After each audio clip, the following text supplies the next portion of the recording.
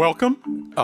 This is the first public panel in the conference that we're holding, which you can see described on the banner right there, Decadence or Renewal, Envisioning Competent Government in America. The conference got started with a public panel yesterday offering a historical scene setter with Jennifer Burns, David Kennedy, and Mark Dunkelman. And then this morning, we spent the whole morning in private workshops. We were sharing our perspectives. These are people who come from all over the ideological spectrum, but they share a common belief that the big problem here is not even so much the debate about what government should do. The debate is about whether government can do it, whether the government can still get stuff done at all, and the disillusionment with that. We're going to do 3 panels that are going to take on different aspects of how to make government work whatever it is you think it should do and restore public confidence that way. Turns out all these people have been working on these problems from different perspectives. It's working its way into the public discourse, but is not really where it needs to be yet. We're going to launch the first of these panels with a focus on innovation that takes the focus away from the national government, where I think it's fair to say public attention dwells at the moment, and really take a look at what's going on at the state and local level. And Jen Polka is going to moderate this panel. And Jen, why don't you take it away? Great. Thank you so much, Philip. Thank you all for coming here. I hope some of you actually intended to come and weren't just running out of what looks like rather unpleasant rain out there right now for this very important topic. I'm going to introduce our panelists here in just a moment, but set it up a little bit first from my own experience, not just my professional experience, but something that happened to me personally and what I learned from it. And it speaks to this directly, I think, to this issue of a competent government at the local level. I used to live in Oakland, and last summer when I was there, I finished Zoom calls during the day, as one does, and I went into my bedroom, and there was a man standing there going through my things. He had broken into my house, and he was, I believe, quite mentally ill, and I was the subject of what we would call a home invasion. I like to think that I handled this very calmly, but I just screamed and ran out of the house like normal people do. I called 911, and I was on hold for 5 minutes, and then it hung up. I called back. I was on hold for 7 minutes. It hung up again. I was on hold for 3 minutes, and they finally answered and said, Oakland Police Department will be there as soon as they can. That turned out to be 2 whole days later that they showed up. And of course, I got curious about why that would be and dug in a little bit to the state of things in Oakland's 911 call center and the police department, and found that, of course, both entities were experiencing really enormous shortages, staff shortages. Like, there's a reason no one picks up the phone, and it's not that people are lazy, it's that there's no one there to pick up the phone. So both had staff shortages. It takes a very long time to train a new 911 operator or a new Oakland Police Department officer. But also what they do is really mind-boggling. So about 85 to 90% of the time of an Oakland Police Department, of Oakland police officers' time is spent on paperwork. They are subject to 10 oversight bodies that I could find, and I think that there are more. I think the number may be more like 12 or 13 different bodies that are designed to oversee them, which is part of the reason that they're spending all that time putting the same information into multiple systems for the multiple oversight bodies. If you are an officer in OPD, you have to go through 19 different policies in your head before you can confidently decide that you are legally pursuing a suspect. That is an enormous amount of procedural bloat, essentially. And so after some of this inquiry, it occurred to me that there was a reason that had happened to me, and this whole incident was a perfect illustration of what I talk about in my professional life, which is that we have spent so much time, as Philip said, talking about what the policy should be and fighting about it, and yet for decades have neglected the how of how these policies are actually implemented. And just as Maslow's hierarchy of needs says you can't have self-fulfillment and self-actualization, right? That's at the top of that pyramid. If you're not fed and clothed and housed, government too has a hierarchy of needs. And the outcomes that we expect from better policies, like a safer community, or even just the ability, the confidence that someone will pick up the phone when you call 911, actually rest on a foundation of the operating model of government, and it needs to be fit for purpose for today's world. And when I've started with a story here of government failure. In fact, it wasn't as terrible as it sounds. Nobody was hurt. They did end up actually arresting this person, and he was incarcerated, and I think actually in a drug treatment program. So it's not as bad as it sounds. We do take government for granted at our own peril. But I do think that questions that we have about government's ability to really meet our needs in today's age do derive from this sense that the operating model has been, is one that we essentially have adapted a little bit for the internet era, but is grounded fundamentally in an industrial era. And we need to leapfrog it now to be good, to be fit for the world of this AI era that we are moving into. Very briefly, because I think this will speak to the innovations that our panel is here to talk about today, we pull that operating model apart into 4 basic pieces. Do you have the right people? So do your civil service systems attract, select, develop, retain the right people, and for the right jobs? What jobs are they actually doing? What are they focused on? Are they drowning in procedural bloat, or are they actually able to be working on the outcomes that people care about? Are they doing 95% of the paperwork, or are they out there on the streets, patrolling on the behalf of the citizens of Oakland? Do they have purpose-fit systems? And this speaks to my background. I spent 15-ish years in government technology. Why is the technology such a bad fit for what we need it to do? And there's an answer to that that we can get into. And lastly, can your government operate in test and learn frameworks? In other words, can we experiment and get to where we need to go, or are we stuck in a plan that was created 20 years ago and we can't depart from that, even as we can see that it is not working and the world around us has changed? Another way of saying that is that we really need feedback loops between our policy and our implementation, and I know David is going to speak to that. So I set the stage for that because I think it will help ground our conversation as we talk about this general topic of government competence. But let me say that while I want to assert that we need an operating model that is fit for purpose today, I also want to assert, at least for the purposes of the panel, that that operating model is going to best be illustrated in action in a way that people can believe in at the local level first, at the state and local level. We're obviously in a time where the federal situation is grabbed all the headlines, and there's much to say about that. But as much as we do want to talk about that, we don't want to forget that we have these laboratories of democracies here to show us what a transition to a fit-for-purpose operating model can actually look like. So to illustrate that for us, I have 3 wonderful folks here. And I'm just going to do very brief introductions. Love you to say a little bit more about yourselves each. But David Chu is currently the city attorney for San Francisco.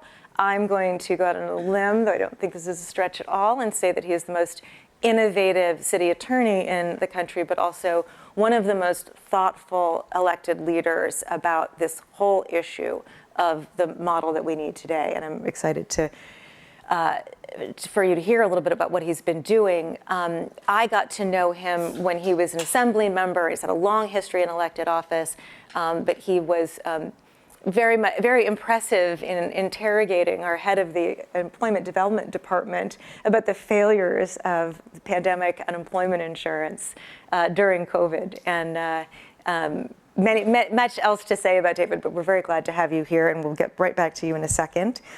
Mackie Raymond comes here she's from Stanford, runs the U.S. K-12 education at Stanford's Hoover Institution. And she spent her career studying what actually works in education, so it's this very evidence-based perspective here that I think will be relevant not just to the conversation about our schools, but again, relevant to, there are lessons there for the larger sense of how we must govern in this next era. Drew Erdman has a long background. He's currently a senior partner at McKinsey. He spent time in Iraq and Afghanistan. He was the chief operating officer of Missouri, correct? Yes. And has, again, seen the failures and I'm happy to say seen some recent successes that he's going to share with us, particularly in Austin. David, thank you for coming. Let me start with you. Your city is famous, sadly, or we should say infamous, for a couple of things. Most recently, if you're a government nerd, for a $1.7 million toilet. Can you tell us a little bit about what happened, how we came to find out that this toilet cost $1.7 million, and what you have determined needs to be done about it and what your office is doing about it? So since you started that way, I have to first be a little defensive of San Francisco and talk about all the wonderful, innovative things that we have done that I am proud of. You point to the $1.7 million problem, which was there are a lot of toilet poop jokes you can make about this that I'm not going to make. This is Stanford. You have to be classy. But that did surprise us. It became a national story when we discovered that as we were trying to put one public toilet in the middle of a neighborhood in the middle of our city, that it was going to be this cost figure. And when that story broke out, I have to admit I was not surprised, in part because of my experience as a former legislator. I'd spent 13 years as a local and then as a state legislator. And during that time period, like most legislators, we grappled with the so-called policy issues, but often didn't think about the implementation costs, and certainly didn't think about the impact of layering on laws over laws at all of the different levels that we talk about. So fast forward, the story breaks, and I reach out to the head of our Recreation and Park Department to say to him, hey, I know you are personally not driving up this cost, but I suspect that there are lots and lots of laws layered over time that have led to this. And if you like, as the person who heads up the law office that provides you with legal advice, we can do that analysis of what laws actually drive this cost. And it turned out to be a very long memo that described all of the steps it takes to build that $1.7 million toilet, from design reviews involving many bureaucrats engaging with community, to contracting and procurement rules, to civil service rules, to budgeting rules, and a whole slew of other rules that have nothing to do with toilets. And so we did this analysis, and Can you give an example of one of those rules that had nothing to do with toilets? Oh gosh, well, just looking at sort of the design review process, literally takes taking a piece of paper that has a picture of that toilet and handing it from bureaucrat to bureaucrat within different departments to get their sign-offs.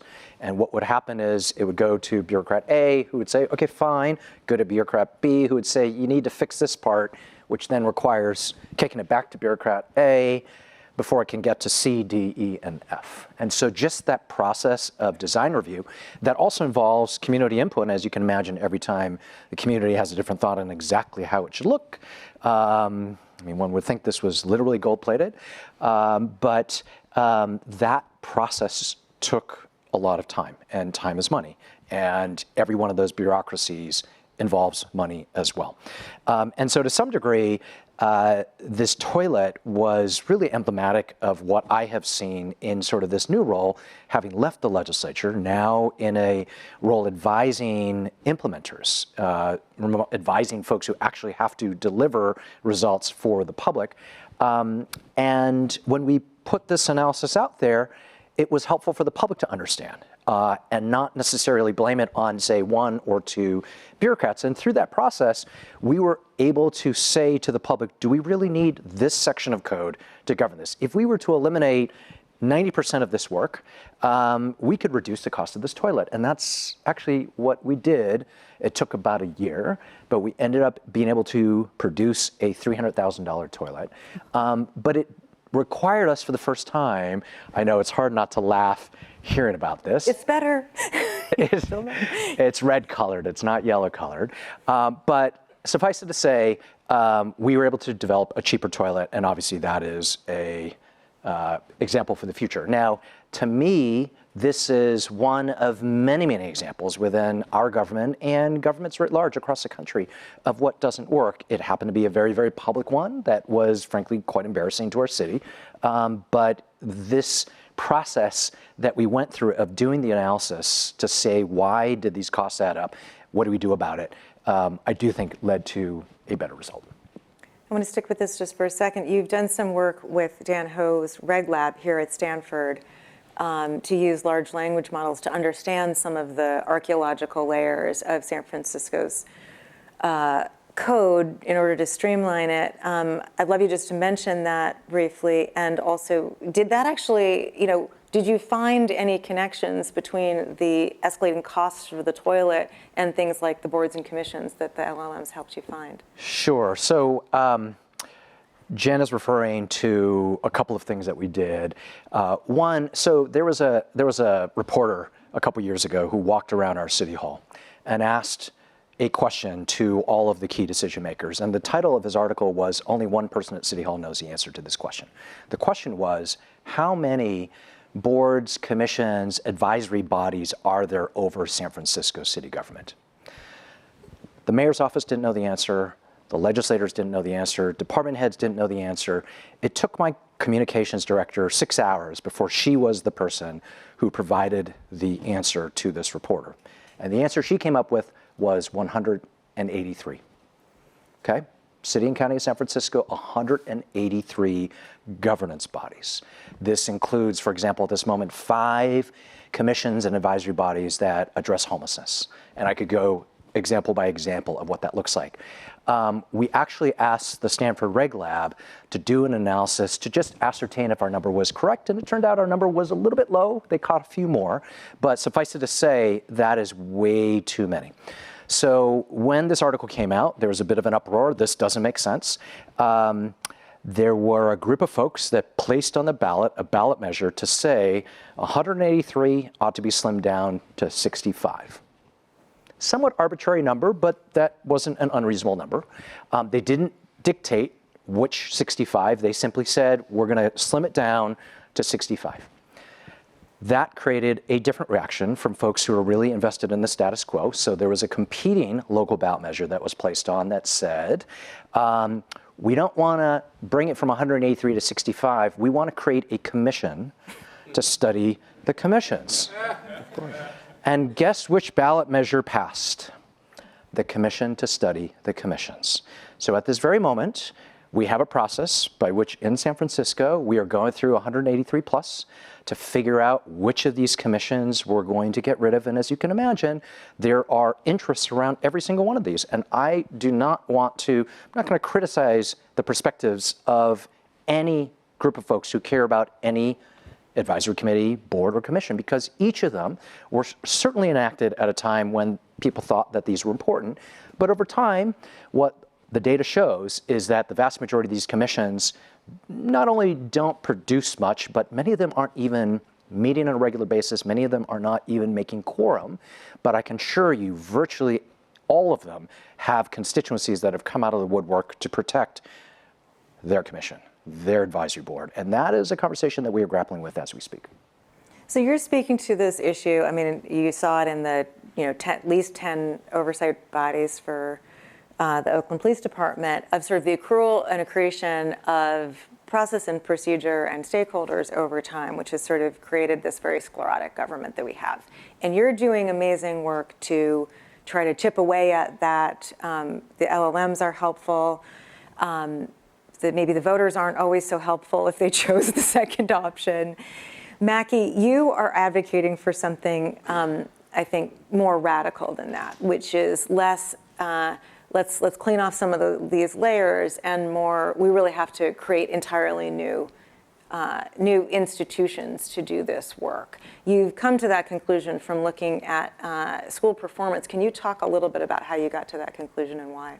Yeah, sure. So first, hello everyone.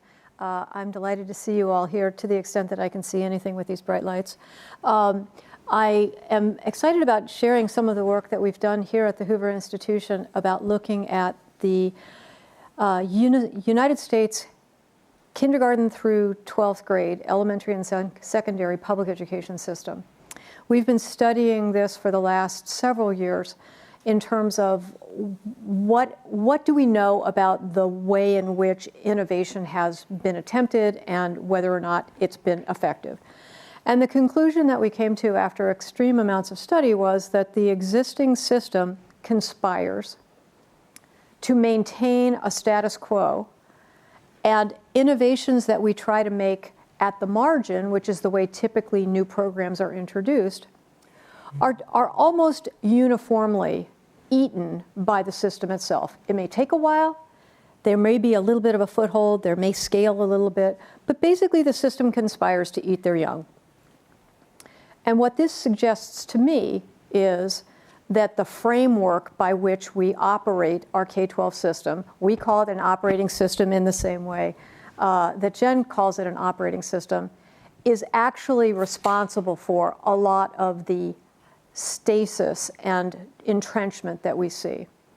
If we're going to change, it doesn't seem like there's ever going to be enough leverage to take on the entire system at once. That just isn't the way that things work. And so what we're calling for is actually a new operating system. And the way that I think about this is setting it up in parallel and then cutting over.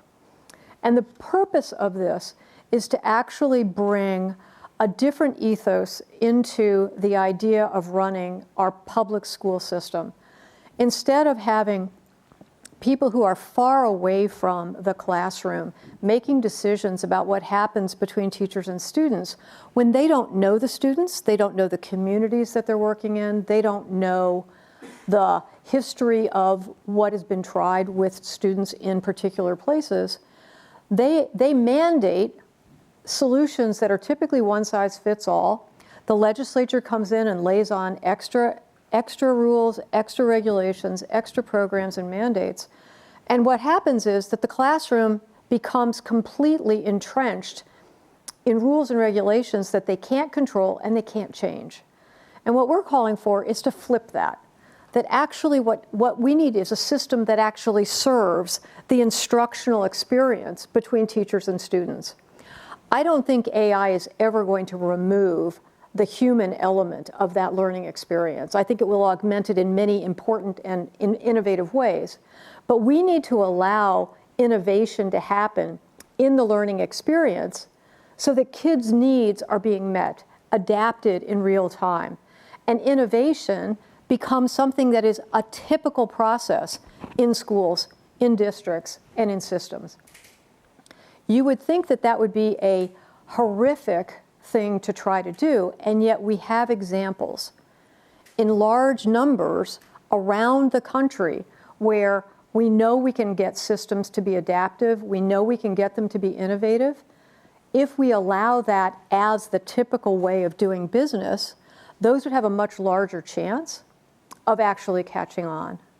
So the other thing that would happen in an environment like this is that we would be able to recognize that we have huge variation within states across the communities that are serving our students. And so what might work in an urban district might not at all work in a suburban or a town or a rural place. And likewise, the assets of communities don't get drawn into that equation. So if we're going to be in a position to adapt to the huge structural, demographic, cultural changes that we face as a nation and as a globe, I think we really have to be able to build into our new thinking a kind of expectation of innovation as a typical process of business, and we have to allow for local innovation and variation and equip them with the kinds of capacity, the kinds of tools that they'll need, especially knowing what has worked in similar communities. So knowledge becomes a real asset in helping the learning experience be adaptive. If you don't know how to address the needs of a child, there ought to be resources there that you can readily grab onto. We have examples of this. We know this in medical care. We have knowledge-based our medical experience extremely well. We could do the same in education. So with the right kind of capacity, the right kind of testing and innovation and learning from that, making that available to frontline workers, putting them in a position where they can adapt themselves, and being very, very clear that the expectation is student learning and making sure that you provide the necessary supports so that students move forward. This is a case study that I think actually generalizes to many other sectors of the public engagement in government.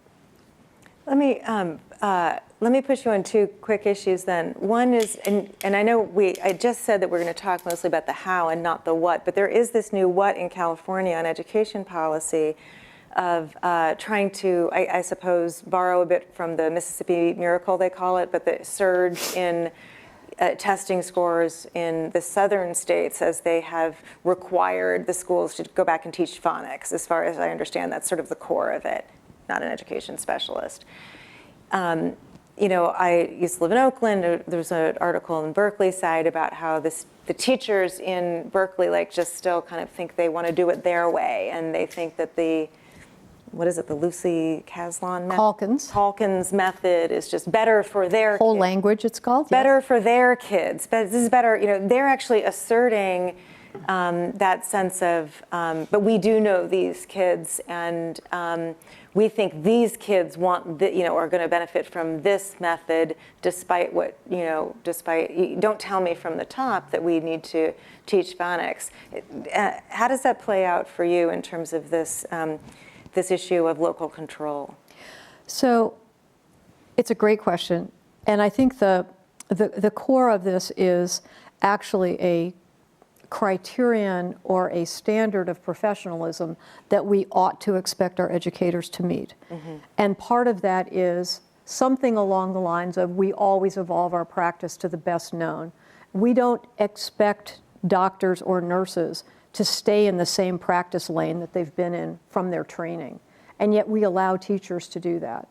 I think the expectation here is that we enable folks to understand why new techniques or new evidence should be compelling. Mm-hmm. It should be packaged in a way that they can grab onto easily and adapt and adopt in their practice in a simple way. And I think the other expectation then is if you do not move to a sort of most favored nation status of your practice, then there ought to be an understanding that that's going to be recognized and addressed. So essentially you're saying we need the right people doing the right jobs in education. Yes. By the way, the stat, sorry Californians, this is a bit sobering, is that in Mississippi, 52% of Black third graders are reading at grade level, and in California it's 28%.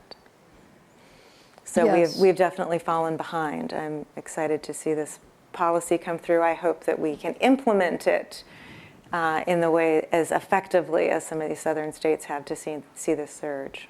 So let me just go back to your 4 points. The process that we're asking for in the new return to phonics education has been well delineated. What has not been well delineated is the way that we can help educators who are not pursuing that as their regular practice adapt over to the new, old, renewed practice techniques. And as important as it is to have appropriate decision procedures, mm-hmm. I think the adoption procedures are equally important, yes. Making those supportive and accessible and reinforcing of the idea that it's your responsibility as a professional to grab onto that and to help your students move forward. In other words, we have a new what, we've got to marry that with a how that is effective so we get the benefits of it. I don't think I'm putting too many words in your mouth, but thank you for that. Okay, I want to come back later on to what that means for the role of federal government as it relates to state and local, so we'll maybe end on that. But Drew, we sort of have the, I think very, very bold efforts to scale back some of the layers of accretion, and then we have the view of we just actually need to create a new institution and cut over, as Mackie says. You have actually, I think, seen something in the middle be quite successful. Maybe would you talk about some places where you have seen processes go from very cumbersome to very appropriate? Or at least very cumbersome to maybe less cumbersome. Okay. But, so again, thanks so much for the opportunity to be here, and have learned so much from the conference and the event so far. Again, I'm a partner at McKinsey & Company, so I spend my time traveling the country helping state and local governments improve their organizational and operational efficiency. But before coming to this role, I was a chief operating officer of a state government, about a $30 billion enterprise, about 45,000 employees in Missouri. Should note it was, at the time, I think, the lowest paid state workforce in the country, so there's a host of other challenges. But I want to start with one statistic. So if you take away anything, some people like numbers. So I'm trained as a historian, but I'll give you some numbers. 1%, 1.5%.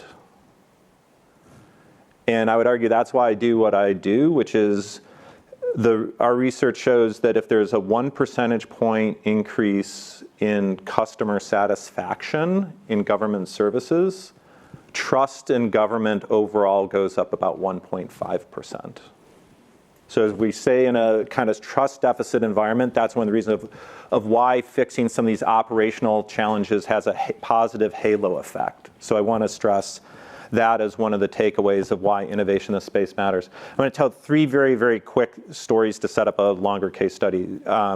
Imagine if you're coming in as a chief operating officer to a state government, and here are 3 data points. And I'll ask you what links them together, because that goes to where I focus on innovation. The first is you go to a head of procurement for a state government, and you ask that person, and again, billions of dollars to spend, critical issue, and you say, do you have a performance measure that you track? Most of her counterparts did not, but she did. And well, this is wonderful. You track something for performance. And her performance measure was to get to 0 the number of successful appeals of procurement, meaning to layer on extra processes to prevent bad things from happening. And proudly talking about that there are extra processes that no other state had, precisely because optimized to prevent a successful procurement appeal. No matter how long it took, no matter what, that's what she was optimizing for. Second thing is a leader of a multi-billion-dollar enterprise with over 10,000 employees, with over 25 years of public sector experience in multiple states, who confessed to me one day, or asked me this question: what is project management and why does it matter? Literally had no idea of basic management. Could you put together a 1-page memo for me on what is project management and why does it matter? Again, a multi-billion-dollar enterprise and over 10,000 employees. I'd argue that could never happen in the private sector. And I say this as served in the federal government as well, and these are all very smart, talented people. So it's like, what's the system and what are the incentives? The third example I'd give is, imagine in the height of tax season, you go to a tax call center where people are calling for help with their taxes to this call center. I'll just ask the group, what's an acceptable answer rate from that call center? By answer, meaning picking up the phone, not getting your question answered. What would be an acceptable rate for a call center? 100%. And what do you think it was in the height of tax season? 15. Some days below 10%. Their targets were 30%, their targets. And then if you pull the thing and do they have the technology? They actually did. Do they track the metrics? Goes back for years, et cetera. So what's the underlying common feature here? I would argue, and this goes to the focus on innovation, it was not that these weren't smart people. It's not that they weren't dedicated people. It is they literally didn't have the basic core management skills to do their jobs because they were never trained. For the most part, people in the local and state government, they rise by being experts in, let's say, technical engineering or social work, et cetera, and maybe running hundreds of millions of dollars of programs with literally never any experience or coaching in basic management whatsoever, okay? Drew, I'll have to interrupt it because David and I both had this experience of watching the EDD in California during the pandemic, and we also had very significant problems with the call centers, and the people were they were on hold for hours and hours, and no one would answer. And I led the strike team or I would call it a task force that went in and tried to help. And there was this moment, which you will appreciate, in which we'd been told that there were 3 different call centers, and we could not actually find the call centers at all. And at one point, my colleague Marina was in an office. There happened to be a couple of phones around. And she said, I'm still trying to find call center 2. And they were like, you're in it. Like there was no one answering phones. Some of these things just turned out to be like borderline fictional. Yeah. And from where David sat and where I sat, sort of looking at it from afar, you couldn't quite tell what was going on until you really got in there and saw how it was actually functioning. Absolutely. Well, in this case, there were call centers, went to them, actually walked the floor because I'd done that before. But here's to illustrate the point, change of one person. We brought in actually a competent operations person who worked for Anheuser-Busch. The same people, the same pay, the same technology, the same staffing, tripled the performance in 90 days. By the end of the year, they're answering 100% of their calls. So that was managerial expertise in getting the system to work with all the existing things. So I use that that was a focal point of what we were really trying to do is we accepted some of the limitations. We did do things like civil service reform as well. There were some legal things, but how to work within the system. The basic proposition is there is a huge amount of improvement that is possible if you can upskill the people to tackle those challenges. Okay, and I'm going to give now a case study that I can talk about. Normally, McKinsey doesn't talk about things. Our clients are confidential, but this is one that's in the public domain from the city of Austin, and I had to present to the city of Austin Council. So, I think it's pretty much out in the public domain. But this relates to permitting, which is one of the critical elements. So again, city of Austin, fastest growing city in the United States in the 21st century. Okay, if you look at the skyline in the last 20 years, it is a different city for those who have visited it. It is now the 10th largest city in the United States, which again, it was like 20th at the start of this century. Massive growth, homelessness challenges, et cetera. And they, like many cities, are having challenges with their site plan development review processes, real estate, being slowed down, mixed use, residential, et cetera. So that's a scene setter. A new mayor comes in, Mayor Kurt Watson, who had been there before, but very experienced and quite frankly determined right away, and there's themes of the story of there was the leadership vision in saying we need to tackle this from a management standpoint, which is very rare for elected leaders to have that perspective, this is a management challenge, as well as sorting out the code and other things. And so there are a few elements. The permitting process involves 11 different departments, coordination. It's inherently complicated. This is an inherently complicated regulatory environment because it does involve many things and that should be regulated. 1,400 steps, sometimes over 200 people involved in handoff. Some of it highly, highly technical. Again, this relates to what the community has decided is important. So let me put to the side the complexity of the code. Let me put to the side of the regulatory environment just absolutely neutrally. But basically what the approach was to diagnose the fundamental processes in very, very basic kind of lean management ways and to mobilize the city staff to be part of that process of learning those skills. And actually, as mapping the process, they didn't even know their processes because it had been so complicated after years. that they themselves didn't know the complicated handoffs that were involved. They themselves didn't know a delay on this part really slowed down the person next to them. They didn't know. So making that transparent, building the skills and capabilities for basic continuous improvement or lean management, whatever jargon you want to put against it. But the process itself makes them the owners of the process because they're developing the solutions. As well as, critically, again, another radical idea, ask the customers what they think. They had been so risk averse that it's the perfection. I want to perfect something before I share with the public because otherwise I might get criticized. And it's a classic analysis paralysis challenge. Crazy idea of like, hey, we're developing something. What do you think? To iterate on it, to the feedback loops. Actually having those conversations openly, having workshops where, crazy notion, you have customers there and people can ask the customers their questions. What matters to you? And then it turned out such things as most people thought the most important thing is speed. Got to make things faster. Talk to many developers, that isn't the most important thing. The most important thing is reliability and predictability. I can live with something knowing it's 18 months, as long as it's 18 months and this next project isn't 3 months and vice versa. You're killing me with the variability of these processes. Of course, we want them faster. Time is money. But it's the inability to plan. So how do you make things more reliable? I could go through and provide more examples.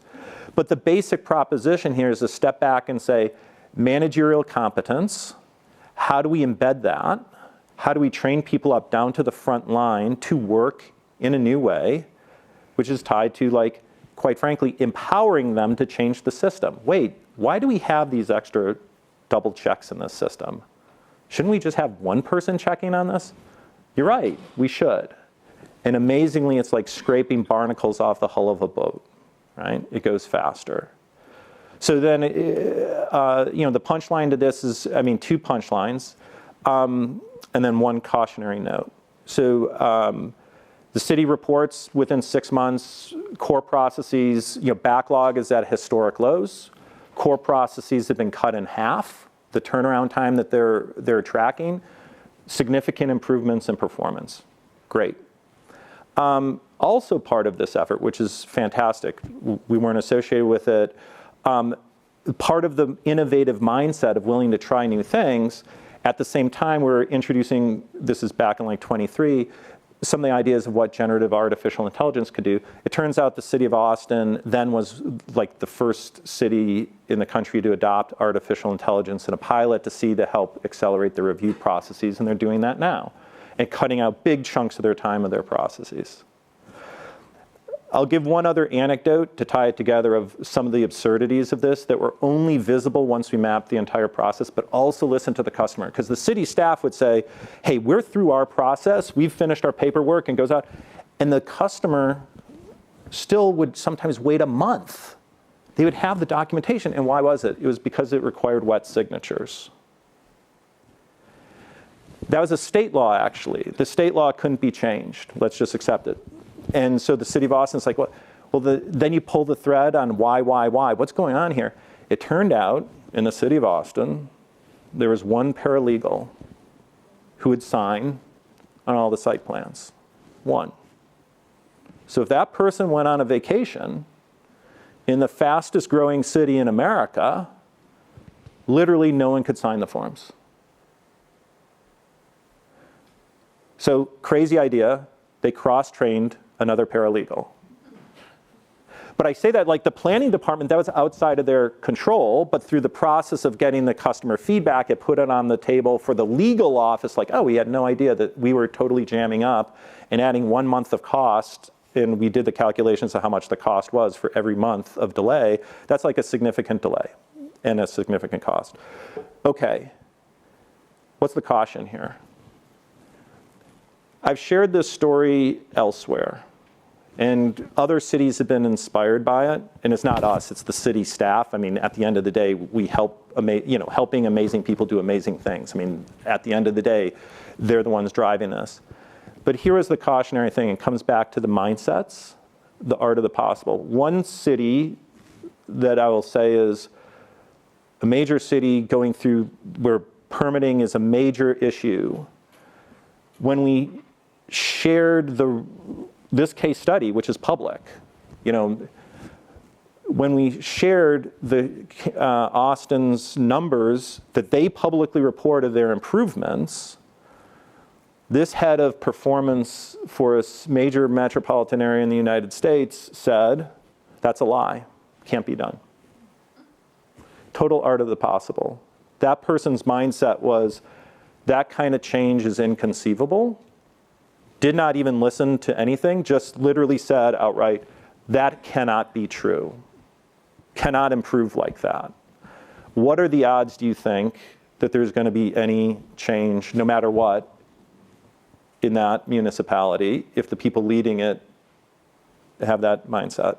Secondly, though, another experience where this kind of approach, which focuses on building the skills and capabilities, I'll just say, oftentimes the leadership or the equivalent of city councils, they don't find it sexy. Well, that's a perfect transition, I think. They don't find it sexy. Yeah. It's easy to cut. These kinds of things are investing in the skills and capabilities is the easiest thing to cut in downtimes. It's just not sexy. And it's very apparent at times that it's like very little appetite for investing in the skills and capabilities. And quite frankly, and I say this with a degree of modesty as someone who is a consultant, but has also been a client of every major consulting firm, which is rare, that creates work for consultants. Because if you don't invest in the civil servants, it leads to different kinds of dependencies, which is a broader theme that I know Jen talks a lot about as well. But you get caught in a vicious cycle. So I wanted to share a case study of success where I do believe investing in the people is the unlock. We can talk about the other things layered in. It doesn't work without the people with the right skills. However, if you have leaders who don't have the art of the possible, or if you don't have the support of basically the premise that civil servants should be invested in, you're not going to get there. You've touched on quite a few things. Just picking up one of the last ones, one of the themes of today has been the broad ideological diversity of the group that all cares about the same set of issues. Mm-hmm. And this issue of having the right staff internally, not just the right number of people, but the right competencies internally in order to allow you to outsource well, now has far more bipartisan or multi-partisan support than I think it ever had. I don't know if Kevin Howacourse is still here in the room. There you are. So Kevin has written about a bit about this and sort of the hollowing out of the civil service and the history of that and what it has wrought, really. And what kinds of skills we need in government now. And it's hilarious to hear it from a McKinsey person. Thanks, that's great. So speaking of the internal skills, the process that you just described of sort of a business process re-engineer is something where very often you hear, it's the lawyers that'll keep us from doing it, right? They're the ones that'll say no. You have 300 lawyers and your staff that are getting to yes, that are actually what the term going around DC, by the way, these days is bottleneck detective, right? I'm not sure that's exactly how you would frame it, but they're trying not to show you what barriers are in the way, but create partnerships with your agencies to remove some of those barriers. Just to Drew's point about mindset, like how have you gotten that team into that mindset? Part of it is helping our team think about their jobs, let me put it this way. When I first came into our office, I realized that a lot of what our lawyers do or how they think about their roles is oftentimes akin to approaching the Sphinx, right? The wise character from mythology where you go and you ask a complicated question. And oftentimes you'll get an answer of, the answer is 3. Well, explain a little more. The answer is 3. Because lawyers will say there are 7 different laws that are getting in the way, and there are risks associated with going down any number of these paths. And so you can take this path through the thicket, or you can take this path through the thicket, and let me assess medium, low, high risk here, etc. part of what I am charging my attorneys to think about is how to problem solve and to put themselves in the shoes of the client and think about it not from the perspective of those of us who are trained in the law to think about nuances of risk, but if our ultimate goal is to end crime or address homelessness or create jobs, what's the solution? And sometimes the solution is delete the code. And that's a solution that had not, I think, really been considered by our office in a lot of instances until a former legislator came in and say, well, maybe we advise the client to merge a bunch of laws and get rid of a bunch of things. And I'll give an example of that. One of the easiest ways for a legislator to say they're getting something done, well, two easy ways to do it is one, create a commission.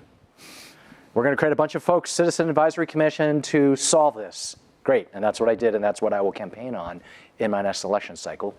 Second thing you can do is you can require government to produce a report every year. And I use that example because over the years, I've been asked by my clients, man, we have all these reports. It takes an incredible amount of time. Do you know how many reports city government has? And because our city code is 16 million words, we have not been able to devote the resources to actually count all the reports that exist out there and figure this out.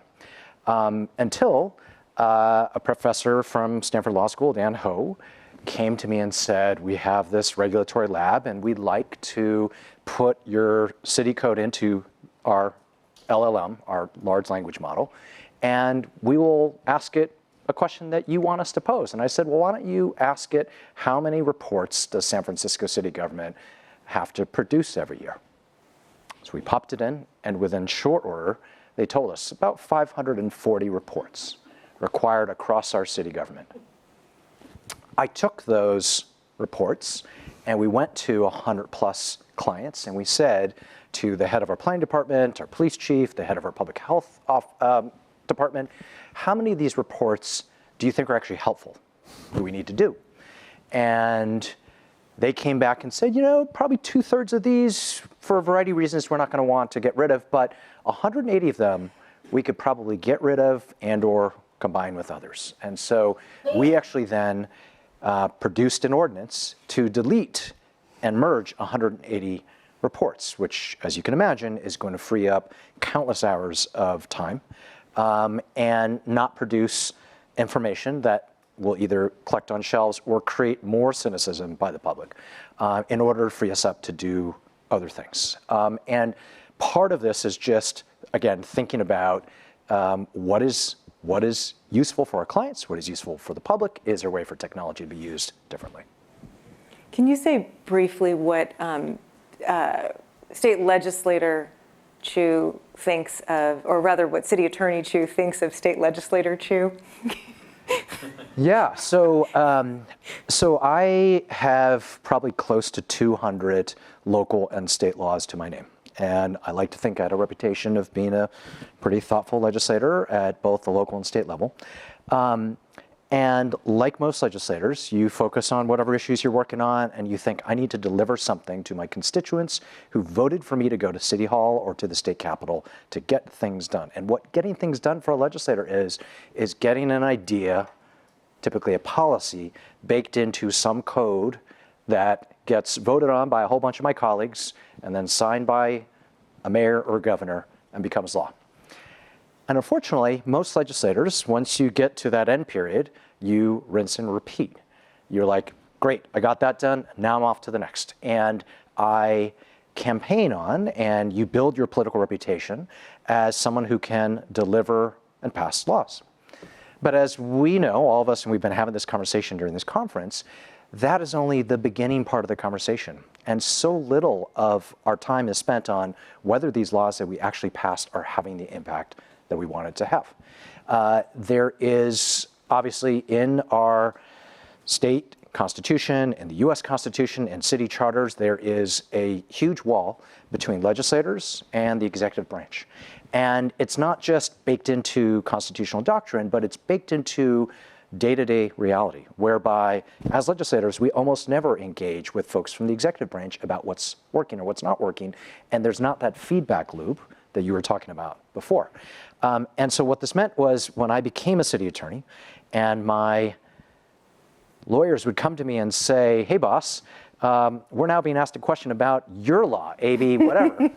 What did you mean by this provision here? And I would read it and I'd either say, I have no idea including that in this bill, or I would say that was the function of a really difficult political negotiation, and the language was deliberately vague to reflect the consensus that we were trying to develop. But of course, that doesn't help those folks that are actually trying to deliver results for the community. And that is, again, I think the core, or one core of how I view the decadence that we are in right now, the lack of people's faith in government, because we often, as legislators, tout to the public, we have solved the solution. We've passed the ACA. We've passed the One Beautiful Bill. And this is going to solve your problem. But when it comes down to day-to-day reality, obviously we all know the pessimism that sets in because of the results that we're not delivering. One way of talking about this is just you went downstream from where you were before, and then you could feel the effects of your previous actions. And Mackie, when you were speaking earlier about sort of, the federal role and the need to sort of unlock innovation at the local level so that the solutions can be fit to, the circumstances in a particular community, we're really talking about this same problem of there being this, and we call it waterfall framework of it starts here and just sort of cascades down and it doesn't go back. And so when you're talking about feeling those effects and wishing that you had done, maybe written the law differently, or Drew, when you were talking about the, the wet signatures, it's like you understand now at the city level the impact of that state law, but what is the affordance for going back and saying, hey, state of Texas, what would happen if we fixed this? And guess what? We're not the only city having this problem. We fail to have that sort of, return. It's like it always goes one way. And it feels like so much would come from being able to sort of get the return path. Why is not the information and the insight about what is needed getting back up? This is what we mean by creating these feedback loops with the legislature. So we are just about done, but I with the last minute, Mackie, because you brought up this issue of how it works in federal government. We're in a moment where the Department of Education is I don't know, is it even there? What is the role? What should be the role of the federal government that gives you the upsides of some centralized control and performance analysis, and the ability to take care of people in the states, but doesn't get in the way of the kind of local innovation that you're calling for? Well, clearly there are constitutional guidances that we have to observe, and in education, because it was never a function that was reserved to the federal government for its execution, it has always been considered a state issue and a state responsibility. I still think that there is a federal role, particularly in as mobile and as global a society as we now live. I think that there is a legitimate role for a federal government to be worried about an independent monitoring function on the performance of states in educating their students. I think there is a very powerful obligation on the federal government to assure that no specific groups of students are discriminated against. So there is, I think, a legitimate equity argument as well as an effectiveness argument. Looking at scores across states is the effectiveness piece, and making sure that states don't hive off groups of students and start slacking on their education is the equity piece.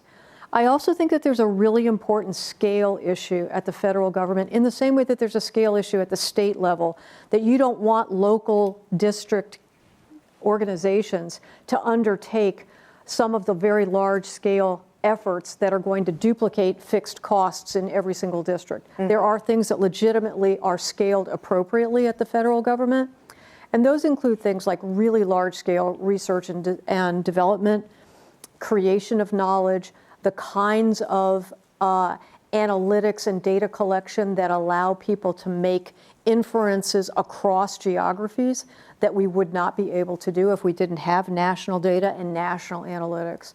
So I do think that there is a legitimate role for the federal government. I don't think that that ought to go away, and I'm hopeful that that will remain. And I think that there are a lot of regulatory adaptations that have occurred over the years that have just added additional layers of mandates and regulations that I think are appropriate to think about reconsidering, eliminating, consolidating, and moving back to a location that is closer to students. That's great. I think we'll kind of end where we started then, which is I want to see the innovations at the local level start to be listened to and adopted at the state level. I'd love the innovations that I see in the city attorney's office in San Francisco get, taken seriously and mimicked in the state of California. I want our federal government to learn from our states. I want to reverse the flow of the waterfall, so to speak. And I think the kinds of innovations you all talked about are key to that. We've got one right here. Thank you so much for a wonderful conversation and refreshing, really hopeful and optimistic. My question really is very basic. Innovation, we talk about it and you all showed ways, but what is innovation in our time when we already, I feel like if we wanted to integrate innovation as a form of technology, not only human kind of centered, already we have softwares and technologies that could be integrated in our systems that by themselves inherently are innovative. So I think how can we define innovation in our time really that would be more optimistic and result-oriented in the balance between or battle between human and workforce, as well as integration of technology? It's a great question.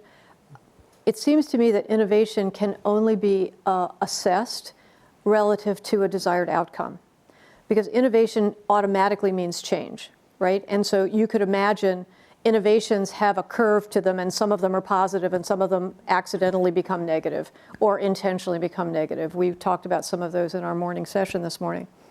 You have to have an outcome in mind and always use that as your sort of pole star or north star to see if creating a change actually moves you closer to your goal.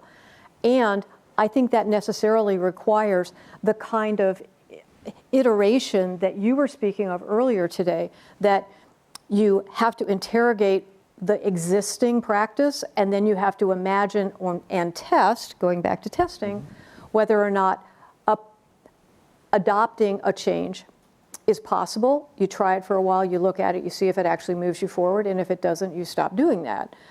We don't give enough consideration on the exploration and interrogation side of the business. We tend to just grab an innovation and slap it in and hope that it really does the magic, and there's not a lot of magic. So I'll jump into the answer in a slightly different way, but actually I think making the same point, which is if you're driving innovation, you have to figure out what your goal is. You start with a dissatisfaction with where you are, and you obviously look at your situation and figure out what has to change to get you there.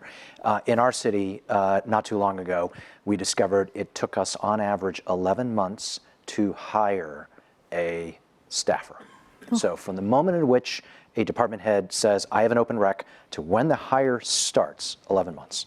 And we all agreed that's outrageous. And what we decided to do was we put a bunch of folks, cross-functional teams, in a room, including some of my lawyers, to just map out the process and figure out what aspects of this could we live without, almost akin to what does it mean to build a $300,000 toilet versus a $1.7 million toilet.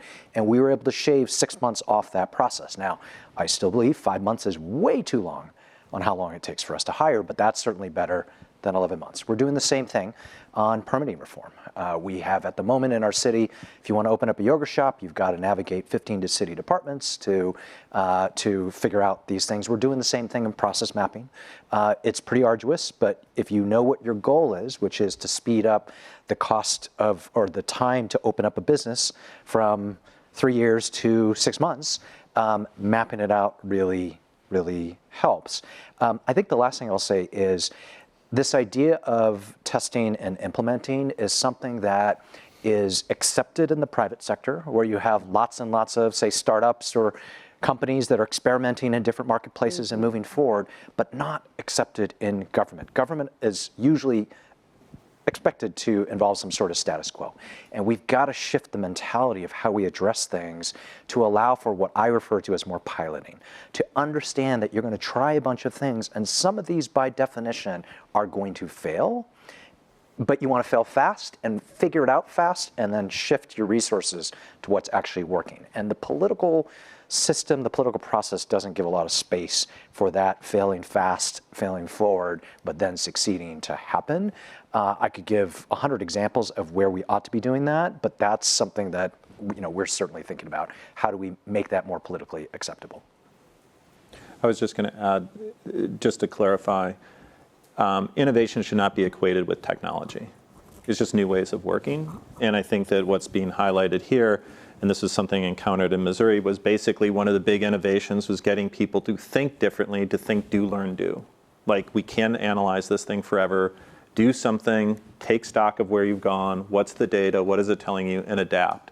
Otherwise, it's literally 2, 3, 4 years of design for some things because people are risk averse. Now, the flip side is you need to make sure you work with the legislature, you need to make sure that you're managing your risks appropriately. There are some things you can't take a do, learn, do approach on because they are so potentially high stakes in the public sector. But I would note that that's actually one of the biggest shifts is getting the incentives and the mindset so that people feel that they have the space to actually experiment. Hi, thank you. This has been very informative. I've been concerned about government competence for a long time. One comment that the reducing the cost of the toilet from 1.7 million to 300,000 is great, but you can still build an ADU, an entire ADU for 300,000, so there's more to go, right? Look, my question is, corporations do have the incentive to continually and incrementally improve processes to increase profit, to speed the market. Government goals are different, to serve the public. But how do we incentivize legislatures to direct the government bureaucracy to do many of the things that you're saying? Because I think it's going to have to come from the legislature driving it, not just the bureaucracy, right? Maybe David should start with that. Yeah, I have a... Sure, I can start with that. By the way, I want to answer your ADU question. So for decades in San Francisco, we had 30 to 40,000 illegal ADUs where government would not acknowledge the existence of units added on for grandma or for tenants. When I was in the city legislature, I authored the first law to finally legalize in-law units. It took a year of bringing lots of stakeholders together. And we were so excited when that happened, front page story. And I say front page because everyone assumed that it was going to happen. I then leave the local city council, go up to the state legislature, come back a few years later, and I said, hey, what's going on with in-laws? And was told a handful of in-laws have actually gone through your process to be legalized, in part because your law reflected so many compromises that it was a virtually impossible process for folks to go through. And we have had to go through multiple, probably at this point, a half a dozen variations and amendments to the law to get it to be to a place where it's barely workable. So the cost to actually build an ADU is way more than $300,000 in San Francisco, unfortunately. In San Francisco. And I'm sorry, the question was on how do we inform legislators? Part of it is conversations like this, where I go back to my former colleagues and I explain to them what I've now seen. I've almost referred to it as a road to Damascus sort of conversion experience where I had this perspective that as legislators, we're in, Article 1 of the US Constitution and the first article of most state and local charters put legislators at the beginning of the process. You create the law and you're Moses bringing the Bible down, right? You've written it. And the expectation is thou shall happen, make it happen. And I think more and more legislators are starting to understand that that is not the case. And a little bit of feedback loop is finally starting to happen, and we've got to break that dam. We have to educate legislators on this process, but we also have to get the so-called bureaucrats, the folks within the bowels of those agencies that are doing the work, to engage very directly with legislators and create that virtuous feedback loop, and create a collaboration that right now, politics, I could talk for an hour about all the political disincentives that prevent those conversations from happening, and why is it that legislators in the first place enact the laws that they do. But there are many aspects of our system, from how elected officials are voted into office, how they campaign, who they're beholden to who lobbies them once they get in there, to the feedback loop that they're not receiving. So I want to jump in on this too, because I think that there's actually an origin problem in a lot of this, and I'd love to get your views on this too. First off, not every problem requires legislation. So can we just stipulate that many laws are passed because one or two things go wrong in one location, and then somebody jumps up and says, everybody now has to do X, and they layer on some layer of requirement, as opposed to what I thought I heard this morning in the conversation about constituent care and service, that you could actually go in and solve the immediate problem and not have to layer on a legislative solution. So one thing there. Two, I think that you spoke about education. This is so important. Our legislative chairs of committees do not do a good job of educating new legislators about what legitimate goals and priorities they need to be pursuing collectively. And so we end up with a smorgasbord of things. And then the third thing that I would add on is that we don't have the virtuous feedback loop of going back and reviewing whether any of the stuff we put on the books is outdated, contradicted, duplicated, whatever. So we could definitely clean house with what we have today. So if we resist the idea of rushing to putting bills together, if we educate around what bills should have priority, and if we prune the regulatory bush, or the legislative bush and the regulatory bush, I think we'd be in a very different place. Yeah, We're just about at time, but if you I'll just give a brief briefly moment. say, I think if I heard you correctly, you were saying the legislature should take over. Well, I find the premise that legislators are, number one, I think there's legislature and then there's an executive. Legislators are not the executive, very simply, and at least in my experience, they're not competent to be either. Would I trust a legislator on how to run a call center? Just as a premise, the answer is no, I think, but there is accountability that should be maintained from the executive, and but the idea that greater intrusion of non-professionals into sometimes like, IT implementation or something like that will lead to positive outcomes. I would also note there's a high risk, I'm choosing my words carefully, of the equivalent of corruption, capture. That then you get into the situation of make this happen for this institution, make this happen for, and I would note that many civil servants are under that pressure, putting aside the federal government on a daily basis, precisely originating in the legislative branch of government. It's a good place to end, I think, on the role of legislators, because we elect them, and ultimately their incentives do come from the public. I've started saying that I think we are electing people for their ability to plant seeds that will grow into something that provides shade or fruit or flowers for the public, and we're starting to recognize those seeds aren't growing. How many laws did it take to get to the ADUs? And if you think about it, of course they're not growing because The job of gardener, if anyone here has ever gardened, is not planting seeds, it's tending the soil. The soil has to have the right pH, it needs water, you need to pull out the weeds that came before, possibly using LLMs to mix metaphors terribly. There needs to be the right sun. And if we are electing our legislators to plant seeds without caring for the soil, that's on us. And I think a lot of this does come back to what the incentives that the public creates. And also they should have taken the first option on the commissions when it came to that, right? But I think every one of us has a role in educating our fellow citizens about what it means to be a good voter and a good citizen in this day and age. And I hope that you will all take these lessons to heart. So join me in thanking our panelists, and thanks for coming. Thank you, guys.